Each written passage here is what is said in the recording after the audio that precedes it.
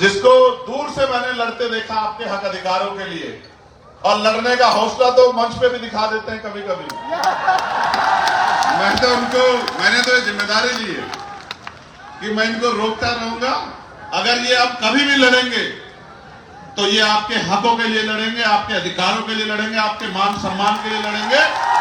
ये फैसला करके हम इकट्ठे हुए। भाई हनुमान जी बेनीवाल, आपका धन्यवाद। आपने इस रैली में हमें आमंत्रित किया। बहुत कम समय में आपने बहुत बड़ी ताकत यहां दिखाई।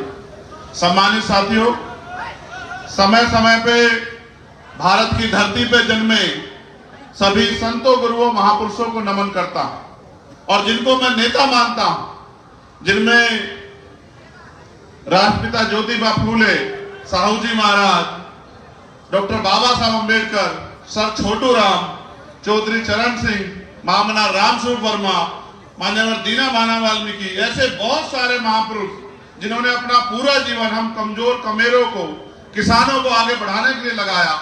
उनके उस रास्ते को आगे बढ़ाते हुए मैं और ये जब बैठे, चर्चा तो बहुत दिन से चल रही थी। 2 घंटे में हमने अगर कोई बात की थी तो वो राजनीतिक नहीं। पूरे 2 घंटे में एक ही बात हुई कि राजस्थान के युवा, राजस्थान के किसान, यहाँ की बहनें, माएं, बच्चियां, यहाँ के बच्चे, यहाँ के बुजुर्ग, इनका भविष्य राजस्थान में कैसे संवरे, इनके भविष्य में 4 चांद कैसे लगे। जो उम्मीदें लोकतंत्र में बनाई गई थी वो राजनीतिक लोकतंत्र, सामाजिक लोकतंत्र में कैसे स्थापित हो। मेरे आज भी याद है, देश गुलाम था और डॉक्टर बाबा साहब अम्बेडकर और सर छोटू राम इस बात के लिए लड़ रहे थे कि जिनको हाशिए पर रखा गया व्यवस्था में, उनको कैसे तरक्की दी जाए। देश राजे रजवाड़ों के हाथ में था और देश में राजतंत्र था। राजा महाराजा जैसे चाहते थे वैसे देश की जनता, प्रजा शासित होती थी। न हक थे न अधिकार। जो राजा ने कह दिया, राजा ने कहा दिन तो प्रजा ने कहा दिन, राजा ने कहा रात तो प्रजा ने मान लिया रात, और ये बहुत लंबे समय तक चलता रहा। फिर एक ऐसा समय आया कि देश में लोकतंत्र आया। देश में जब लोकतंत्र आया तो समस्या ये थी कि एक तरफ आर्थिक रूप से गैर बराबरी थी, एक तरफ बड़े बड़े महल और एक तरफ गरीबों की झोपड़ियां, दूसरी तरफ सामाजिक आधार पर गैर बराबरी थी, छुआछूत थी, ऊंच नीच थी। मैंने चौधरी कुंभाराम आर्य के आंदोलन को पढ़ा कि किस तरह से उन्होंने लोगों को जगाने के लिए कितना काम किया और किस तरह से आपका नेतृत्व किया समाज को अपने पैरों पर खड़ा करने के लिए। असल लड़ाई ये थी कि लोकतंत्र तो आया था, लेकिन पैसे वाले लोगों ने तय किया कि वोट इनके पास चला गया है। वोट को रोकने के लिए भी षड्यंत्र हुए। कोई कहता वोट उसको मिलेगा जो पैसा वाला है, कोई कहता उसको वोट का अधिकार मिले जिसके पास जमीन जायदाद है, कोई कहता उसको मिले जिसके पास व्यापार है। हमारे नेता लड़ रहे थे कि लोकतंत्र तब होगा जब अंतिम व्यक्ति को भी सरकार चुनने का अधिकार मिलेगा। ये राजतंत्र नहीं है कि राजा चंद लोग चुन के तय कर दें। ये लोकतंत्र है, जनता जिसे चाहेगी, चाहे वो किसान का बेटा हो, चाहे वो मेहनत कौम का बेटा हो, चाहे वो गरीब का बेटा हो, उसको आगे बढ़ाना चाहे तो बढ़ा सकती है। तमाम साजिशों के बाद जब बाबा साहब अम्बेडकर ने अपने 4 बच्चों की कुर्बानी के साथ आपको वोट का अधिकार दिया, तो लोगों ने कहा, जो विरोधी लोग थे, कि वोट इनके पास है, नोट हमारे पास है, इनकी वोट को नोट से खरीद लेंगे, लोकतंत्र आने नहीं देंगे। हमारे महापुरुष घर से निकले, गली गली गए, लोगों को समझाने का काम किया है। मेरे सीधे साधे लोगों, अपनी ताकत को समझो। ये वोट आपको गुलामी के लिए नहीं मिली, ये वोट आपको बिकने के लिए नहीं मिली। मेरे आज भी याद है मान्यवर काशीराम साहब, उन्होंने अपने जीवन की एक सुख सुविधाएं लगा दी। मगर मैं मानता हूं परिवर्तन एक सतत प्रक्रिया है। चंद दिनों में नहीं बदलाव हो सकता था। ताकतवर लोगों ने रास्तों में कठिनाइयां लगाई। आज जब हम आ रहे थे, रथ चल रहा था, सामने कोई रुकावट आ गई तो हनुमान जी बेनीवाल मुझसे बोले, पत्रकार साथी भी वहां थे, कि ये रथ रुकेगा नहीं। ये रथ अब अगर रुकेगा तो जयपुर की कुर्सी में बैठ जाकर रुकेगा। तो वो बात मेरे दिल में आई कि कितनी कठिनाइयों के बाद भी जो फैसले हमने लिए वो मजबूत होते गए। हमारे महापुरुष निकले, लोगों को जगाते रहे।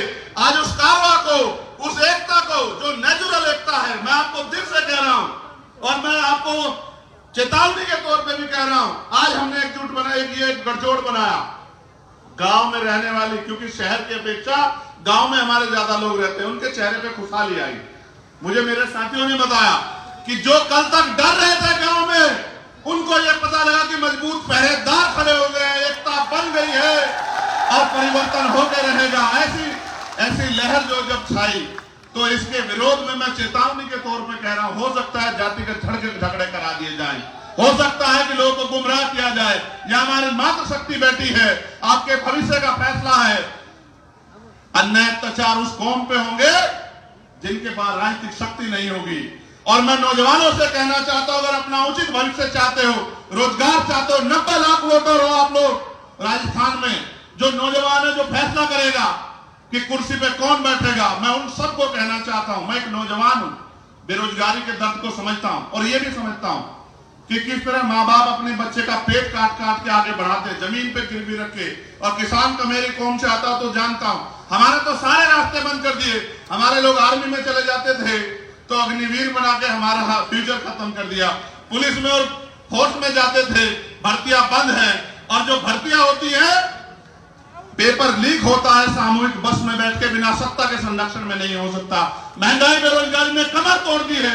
और आपको जान के आश्चर्य होगा मेरे लोगों, एनसीआरबी का डाटा कहता है कि महिला यहां सुरक्षित नहीं है। इस प्रदेश को मजबूत और सुरक्षित हाथों की जरूरत है। और जब मैं देखता हूं तो कोई नजर नहीं आता। अगर कोई नजर आता है आपके रक्षक के रूप में, आपके सुरक्षा कवच के रूप में, तो वो मेरा भाई है हनुमान जी बेनीवाल, जिसपे मुझे भरोसा है कि वो हर मुसीबत को अपने सीने पे लेके आपकी रक्षा सुरक्षा करेगा। और इसी बात के साथ हम इकट्ठा हुए कि 80 लाख लोग वो जिन्होंने भारतीय जनता पार्टी कांग्रेस के खिलाफ वोट किया, और 90 लाख नया वोटर। और हम गली गली जाएंगे। आज भले मेरे पास समय कम है, लेकिन रोज समय कम नहीं रहेगा। मैं आपकी गली गली ढाणी ढाणी आऊंगा आपको जगाने के लिए। और आपसे निवेदन करूंगा मेरे लोगों, अगर चाहते हो कि नासिर जुनैद के साथ जो हुआ, असगर के साथ जो हुआ, ऐसा ही मीणा जी के साथ जो हुआ, अगर चाहते हो इस सरकार को, किसी सरकार को देखो जो आपसे कहेंगे कि बीजेपी के नाम पे हमें वोट दो, बीजेपी आ जाएगी। आप याद करो, इंद्र मेघवाल, जितेंद्र मेघवाल, ओम प्रकाश रायगर, तुलाराम गुर्जर, बहन तुलाराम गुर्जर, आप याद करो कितने जुल्म हुए। और अगर कोई लड़ रहा था, लड़ना चाहिए था विपक्ष को, जो मुख्य विपक्ष है, आप बताओ और अपने मन से बताना, क्या भीम आर्मी हनुमान जी बेनीवाल की टीम के अलावा कोई लड़ रहा था? क्या आप बताओ, क्यों नहीं लड़ रहा था? क्या हमारी वोट की कोई वैल्यू नहीं है? मैं आपसे कहना चाहता हूं, आपने लोकतंत्र आने के बाद अपनी शक्ति को नहीं समझा। आपने लोकतंत्र आने के बाद इन लोगों पे भरोसा किया। हर 5 साल बाद आप वोट देते हो, कभी इनसे पिट के इनको वोट देते हो, कभी इनसे पिट के इनको वोट देते हो। ए मेरे लोगों, वोट का अधिकार शक्ति का अधिकार है, शक्ति का सूत्र है। आपकी जो समस्याएं हैं, मैं ऐलान करके कह रहा हूं, बिना अपने भाई से पूछे, आपकी जो समस्या आज आप लिख के दे जाओ। मैं पूरे राजस्थान के वासियों से कहना चाहता हूं, अपनी समस्याओं को लिख के दे जाओ। ये तुमसे झूठे मैनिफेस्टो लेके आते हैं। रोजी रोटी के लिए वोट नहीं है, रोजी रोटी तो मेहनत कष्टों में कमा के खा ही लेते हैं। हमने तो वो भी दिन देखे कि बहुत सारे लोग, मैं राजस्थान की बात करूं तो ये मेरी बात जान लो, आपकी जो समस्या उनको लिख के दे जाओ, उसी का मैनिफेस्टो बना देंगे और 6 महीने में एक आपकी मांग पूरी करके दिखा देंगे। आप मेरी बात को याद रखना, ये राजस्थान है। इतने सरकारें बनी, क्या पीने के लिए साफ पानी की व्यवस्था, मीठे पानी की व्यवस्था कराई तुम्हारे लिए? ERCP का से आपको लाभ मिलता, 13 जिलों को मिला के आपको लाभ। दोनों खेल खेल रहे हैं कि कैसे आपका बेवकूफ बना। कब तक लुटते रहोगे, कब तक पिटते रहोगे? ये एकता बन गई है, इसको रोकने के लिए षड्यंत्र होंगे, लेकिन इसको कोई और नहीं रोक सकता। सिर्फ रोकोगे तो आप, और इसको ताकत दोगे तो आप। जितनी ताकत में आज आप यहाँ आए हो, आज से लड़ाई शुरू हुई है, खत्म नहीं हुई।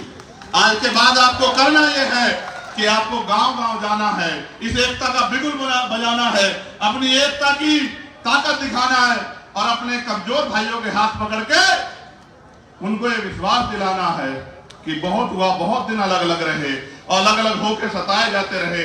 अब समय बदल गया है, ऊपर वालों ने हाथ मिला लिया है तो नीचे वाले भी हाथ मिला के एकता बना ले। और फिर मैं ये कहता हूं कि ऐसा सूरज निकलेगा। समय कम ना होता तो मैं आपको बहुत कुछ सुनाता, मगर मैं आपको वादे के तौर पर कह रहा हूं, मैं 1 लाख लोगों में भी वही बात कहता हूं और 10 लोगों में भी वही बात कहता हूं। वोट का अधिकार आपकी तरक्की तय करेगा। अगर आप चाहते हो कि नौजवान ठगे जाएं, पेपर लीक हो, भर्तियों में घोटाले हो, महिलाएं सुरक्षित हों। ये महिलाएं नहीं है, ये हमारे घर का सम्मान है, ये हमारी बहन बेटियां हैं। हम तो किसान को मेरे को औलादे, हम जानते हैं, हमने सीखा है देश के बॉर्डर पे देश की रक्षा करना और घर गांव क्षेत्र में अपनी बहनों के मान सम्मान की रक्षा करना। लेकिन आपने देखा किस तरह से जुल्म जाति बढ़ रही है। उसको बढ़ने का एकमात्र कारण है कि सत्ता के संरक्षण में अपराधी फल फूल रहे हैं और कोई नहीं चाहता कि परिवर्तन हो। जो स्थापित लोग हैं वो नहीं चाहते, जनता चाहती है परिवर्तन हो और जनता ये चाहती है कि कोई किसान का बेटा, कोई मेहनत करने वाला बेटा यहां जयपुर की कुर्सी पे बैठे। आपसे मैं पूछना चाहता हूं कि जयपुर की कुर्सी पे अगर आपके बीच का व्यक्ति बैठेगा तो क्या आपको किसी के लिए किसी के आगे हाथ फैलाना पड़ेगा?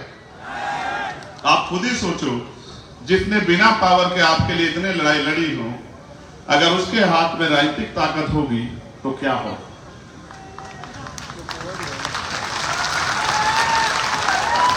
वो आपको बहकाने का प्रयास करेंगे, आपको बांटने का प्रयास करेंगे, आपको लालच देने का प्रयास करेंगे। आपने देखा नहीं, जब से मोर्चे की शुरुआत हुई, कहीं की तो लिस्टें बदल गई हैं, कहीं की लिस्टों पे रीढ़ चल रहा है, कहीं घोषणाएं गारंटी दी जा रही है। मैं ये पूछना चाहता हूं, जिनकी सरकारें थी उनको गारंटी क्या जरूरत है? कर देते ना। अगर आप नहीं कर सकते हैं, मौका दे के देखो हमारे भाई को, फिर आप बताना आपका 5 साल का काम और 6 महीने में जो करेंगे, इतिहास याद रखेगा कि किसी बहादुर ने ताकत संभाली है। इसको, इस बहादुरी को आगे बढ़ाओ, गांव गांव गली गली जाके इस एकता को बनाओ। ये नीला और पीला एकजुट होके आगे बढ़े। एक और षड्यंत्र होगा, मैं अपने सीनियर लोगों को कहना चाहता हूं। मीडिया के लोगों ने कहा, इसलिए मैं हनुमान जी बेनीवाल का और अपने साथियों का ध्यान आकर्षित करूंगा। वो कहते हैं दलित और जाट का गठबंधन हुआ। झूठ। दलित और जाट तो इसके पिलर हैं। वो तो अपने कंधे में बिठा के इस प्रदेश की सत्ता तक हनुमान जी बेनीवाल को लाने वाले हैं। वो तो इसके पिलर हैं। लेकिन ये असल गठबंधन हर पीड़ित का है, कमजोर का है। ये झूठी बातें मत करो बांटने वाली। ये किसान का, मेरे को सोच का गठबंधन है, जिस सोच से परिवर्तन होगा। अगर ना आता लोकतंत्र, ना होते अवसर, आपकी गलियों में कोई नहीं आता मेरे लोगों, आपसे बात कोई नहीं करता। ये वोट का अधिकार है जो आपके पास लोगों को खींच के लाता है। इस बात दूरी कर दो उनसे जो आपके अधिकारों से दूरी जाते हैं। लोकतंत्र खतरे में है, लेकिन बचाएगा कौन? ये जो नीले झंडे वाले हैं, ये जो किसान के मेरे के बेटे, मैं पूछना चाहता हूं कि अगर भारतीय संविधान खतरे में है तो ये स्थापित दल तो ये क्यों खतरे में आया? क्योंकि उनको फर्क नहीं पड़ता कि गरीब की जिंदगी में उजाला कैसे आएगा। अगर वास्तविकता में चाहते हैं, आज ये सिर्फ विधानसभा का लाइंस नहीं है, हमने तय किया है कि उत्तर भारत में हम इस लाइंस को लेके जाएंगे। और इसका प्रशिक्षण बताता हूं, मीडिया के लोग एनालिसिस कर लेना। उत्तर प्रदेश के खतौली में एक सीट पड़ती है जो 3 बार से भारतीय जनता पार्टी जीतती आई, 3 बार से, और वो कहते हैं हमारी घर की सीट है। और मीडिया ने भी कहा इसको हरा नहीं सकते। जब हमने वहां किसान कमेरों का गठजोड़ बनाया तो 22,500 से हरा के भेजा भारतीय जनता पार्टी को, 22,500। क्योंकि हम काम करना जानते हैं और हम ये भी जानते हैं कि लड़ाई कैसे लड़नी है, और हम ये भी जानते हैं कि किसको कैसे तैयार करना है। मैं मानता हूं कि हम दोनों की ताकतें एक जैसी है, दोनों भाइयों की। कहते हैं संघर्षों के साए में घनघोर दिवाली पलती है और इतिहास उधर झुक जाता है जिस ओर जवानी चलती। मैं इनको रोकता रहूंगा सिर्फ इसलिए कि कहीं कोई किसी साजिश के शिकार ना हो जाए। ये आदमी मन से बड़ा सच्चा है। गुस्सा इसलिए करता है, क्रिकेट अगर देखोगे तो समझ आएगा, जो ऑलराउंडर होता है ना, वो सारी पिच पे घूमता फिरता है कि कहीं से टीम कमजोर ना पड़ जाए, इसलिए अपने लोगों को डांटता है और मन से डांटता है, प्यार करता है, वैसे नहीं डांटता। और अब तो आपकी टीम पे 2-2 ऑलराउंडर है, 2-2 ऑलराउंडर है आपकी टीम पे, और दोनों लड़ाके हैं और ऐसी लड़ाई लड़ेंगे कि सब लोग याद रखेंगे।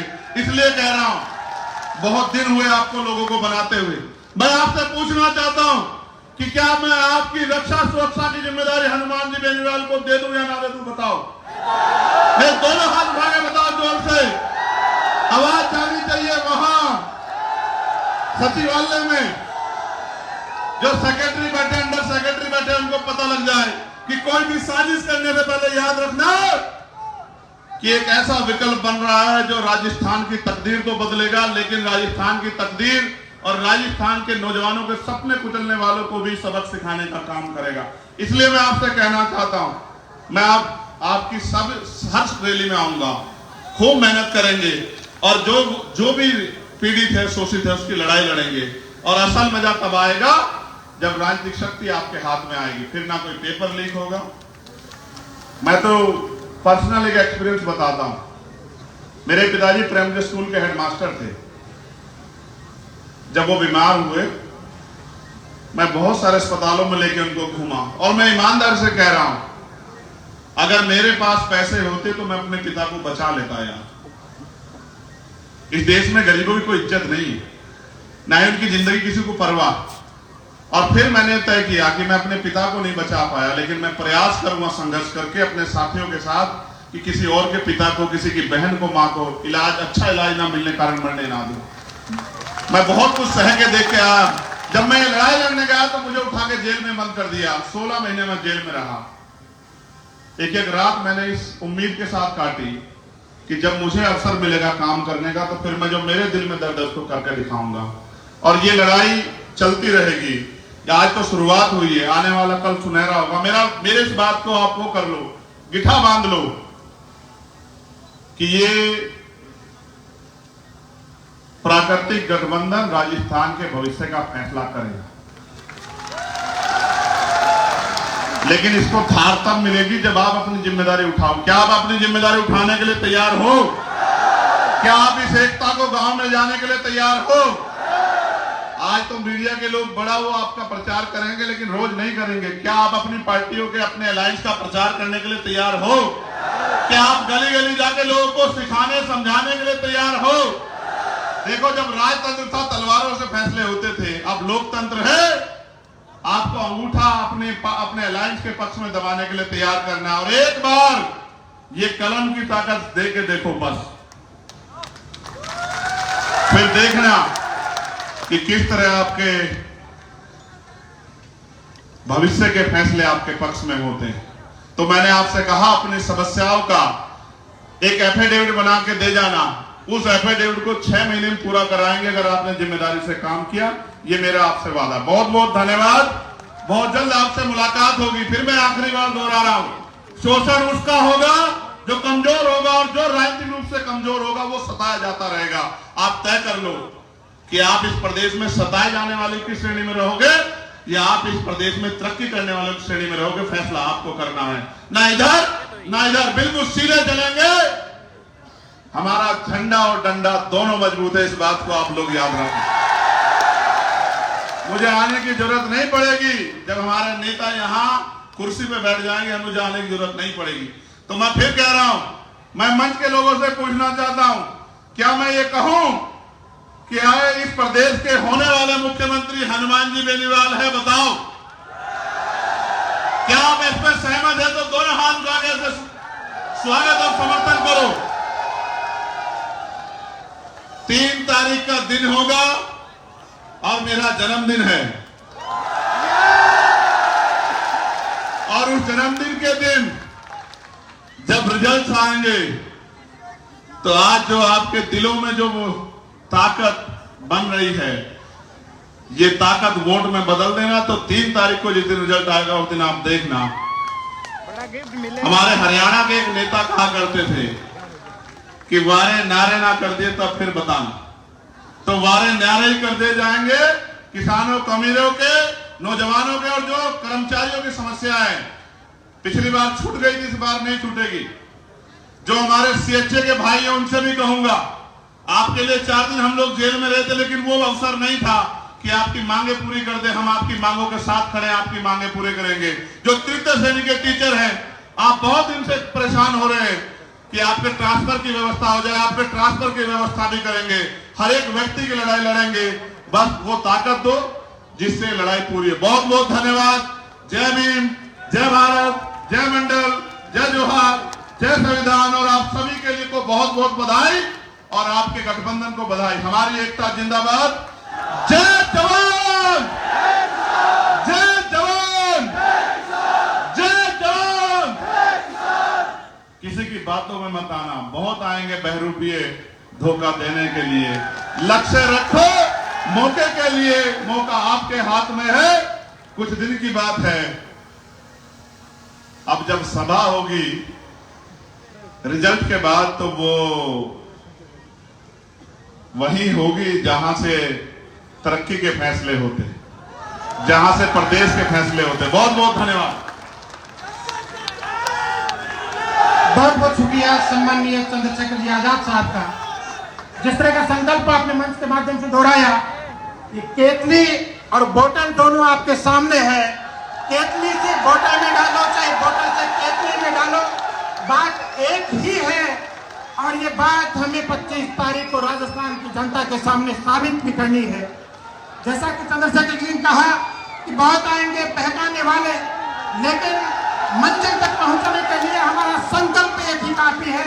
हमारे दोनों नेता सम्माननीय हनुमान जी बेनीवाल और सम्माननीय चंद्रशेखर जी आजाद राम और लक्ष्मण की जोड़ी के रूप में मिलकर के आने वाले समय में राजस्थान की सूरत और सीरत बदलने का काम करेंगे, राजस्थान की दशा और दिशा बदलने का काम करेंगे। अब चूंकि चंद्रशेखर जी को पधारना है, आगे बड़ा कार्यक्रम है, आप सभी से निवेदन रहेगा आप सभी यहीं बने रहें। एक भी साथी अपनी जगह से खड़ा नहीं होगा। जोरदार तालियों के साथ चंद्रशेखर जी आजाद को विदा दें। एक बार जोरदार तालियों के साथ उन्हें विदा दें, अलविदा दें। और आज के बाद से, आज का कार्यक्रम ये उत्तर प्रदेश में कर रहे हैं, उसके बाद आने वाले समय में सारे कार्यक्रम आपके राजस्थान में होंगे। इस तरह का संकल्प आप मंच के माध्यम से दोहरा करके गए हैं।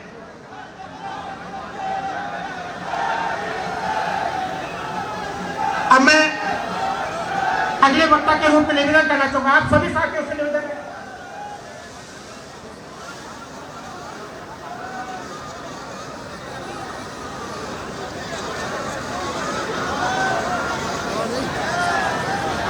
आजाद समाज पार्टी के राजस्थान प्रभारी भाई सत्यपाल जी चौधरी से निवेदन करना चाहूंगा। आपकी बीच में अधूरी रह गई थी, आप अपनी बात पूरी करें। सम्माननीय सत्यपाल जी चौधरी, प्रदेश प्रभारी आजाद समाज पार्टी।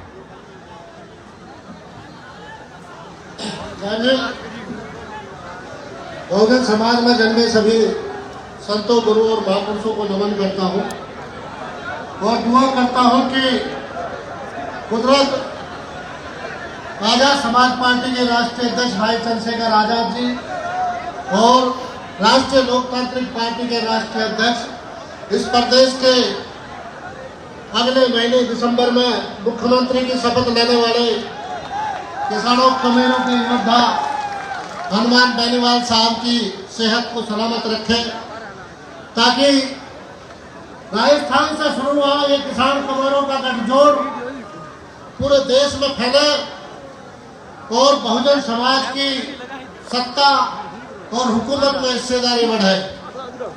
फिर साथियों, हमारे साथी यहाँ हैं भाई पुष्पेंद्र चौधरी जी, भाई मनोज चौहान जी, भाई पंकज धनखड़ जी।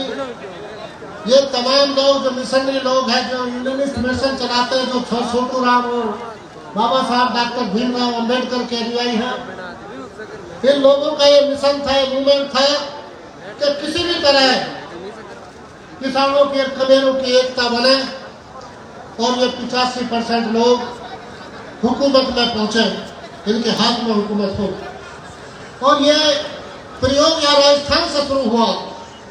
इस राजस्थान की धरती को हम बार बार नमन करेंगे कि हनुमान बेनीवाल जी और भाई चंद्रशेखर आजाद जी ने ऐतिहासिक फैसला लिया